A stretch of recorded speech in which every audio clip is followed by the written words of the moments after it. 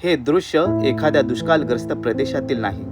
हे दृश्य मुंबईला जीवनदायी पाणी पुरवणाऱ्या तानसा धरण परिसरातील आहे. एका बाजूला कोट्यावधी लिटर पाण्याने भरलेले तानसा धरण आणि दुसऱ्या बाजूला त्याच धरणाच्या कुशीत राहणारी ही आमची आदिवासी माता.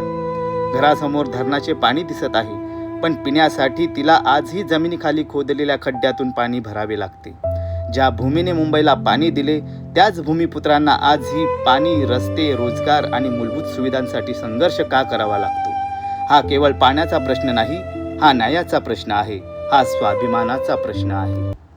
प्रत्येक वेळी त्याग हा भूमिपुत्रांनीच करायचा, सुविधा मात्र परप्रांतीयांनी लुटायच्या.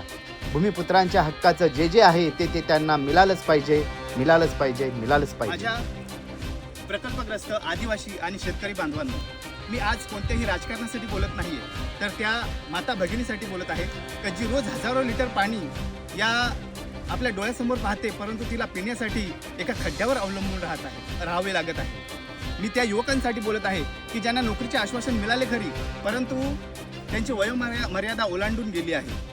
मी त्या गावांसाठी बोलत आहे की ज्यांना स्वातंत्र्य उलटून 75 वर्ष लोटली, परंतु कोणतीही आरोग्य सुविधा व चांगले रस्ते मिळू शकले नाही.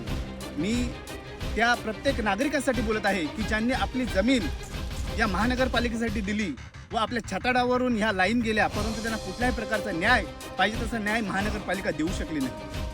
कुणबी सेनेच्या संघर्षातून 950 लोकांना नोकऱ्या मिळाल्या.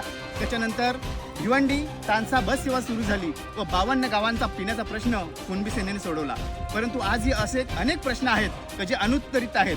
त्याच्यामध्ये धामणगाव ते तानसा व तानसा ते आडगाव हे रस्ते काँक्रिटीकरण व रुंदीकरण करणे हा अतिशय दुर्गम भाग असल्या कारणाने येथे कुठल्याही प्रकारची चांगली आरोग्य सुविधा नाही. आमची एकच मागणी आहे की एक सुसज्ज असं हॉस्पिटल आमच्या या विभागामध्ये झालं पाहिजे.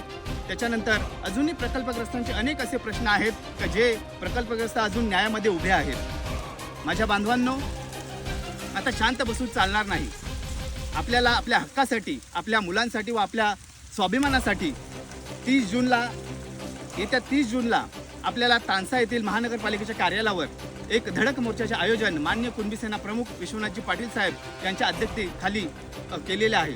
मी सर्वांना विनंती करतो की आपण सर्वांनी या मोर्चाला, हे बेमुदत धरणे आंदोलन आहे, या मोर्चाला आपण सर्वांनी आपली उपस्थिती दर्शवून या होणारा जो अन्याय आहे तो कायमचा दूर करण्यासाठी प्रयत्न करायचे आहेत. मुंबईला पाणी देणाऱ्या भूमिपुत्रांच्या घरात आजही पाण्यासाठी जर धडपड होत असेल तर हा विकासाचा नाही तर न्यायाचा प्रश्न आहे.